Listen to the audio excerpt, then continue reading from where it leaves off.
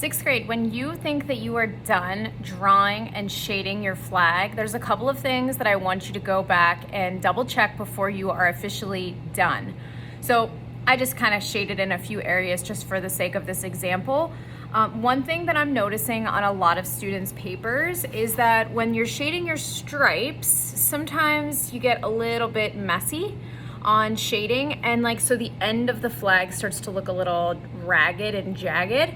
So one thing that you can do is I want you to go back and look at each individual stripe, and if there's a little white space here and there that maybe you forgot to shade in at all, kind of touch that up, and then check the top and bottom of that stripe and smooth it back out.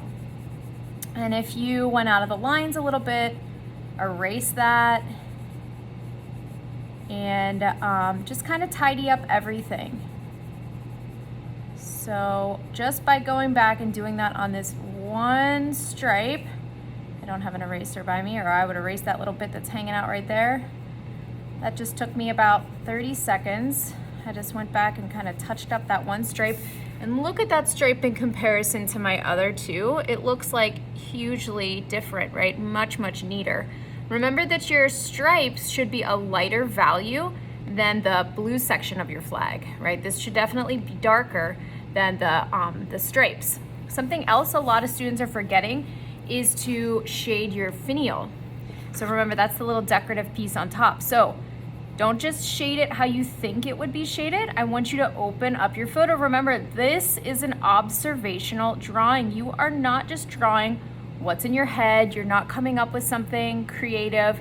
There are plenty of art projects where we will do that. But for this specific project, you are looking at what you see in front of you, and you are trying to recreate what you see there and draw that on your paper. So shade the finial. And then the last thing that I want you to take a look at is the flagpole. Look at it on your photo. Some photos, depending on how you altered it whenever we were adjusting all the settings, you may or may not have a shadow on the side of the flagpole. If you don't want to add one, that's fine, but look in your photo. If there's one on there, definitely add it how you see it. If there's not one on there, you may still add it if you would like, on one side or both sides, however it looks to you in your photo.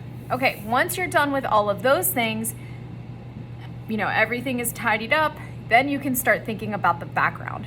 The background is completely up to you guys how you would like to do that. I do have a few examples of different backgrounds. These are hanging up on the front board. The first example that I'm going to show you here is made with watercolor pencils. Now, you do not have to do red, white, and blue. You do not have to do stars and stripes.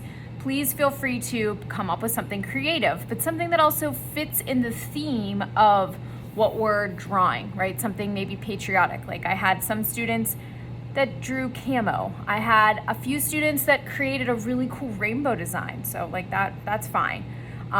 So you wanna kind of keep it in this theme and be creative. You're welcome to do something like what I have here. So watercolor pencils, they are on the front table underneath my examples. And they're gonna look like regular colored pencils first on your paper, and then when you're all done coloring with them, you're gonna take just plain water and paint over top of them, and then they will look just like this. They look like watercolors once you add the water. So that's one option. Another option is to use actual watercolors, okay, so the actual paint. My tip to you is don't use too much, or they will get sticky on your paper and they will never dry. And so that's what this one is. Watercolors are located in the drawer in the back of the classroom. I'll have a little sticker on it so you can see. Make sure you keep those nice and neat. Do not gouge into the paint, or like I said, it will get sticky. You're painting with the liquid, not the actual glob of paint for watercolors. And then my final idea for a background is collage. And collage is using cut pieces of paper to create some sort of a design that you are then gluing in the background. So there's a cart by my supply closet that has some paper on it that you guys can do this with. There are glue sticks on the shelf underneath the big shoe. And if you need a new piece of paper to make your background on, so I actually cut out my flag drawing and I glued it on top of my background. If you need a new piece of paper, they are under the glue sticks over on that shelf.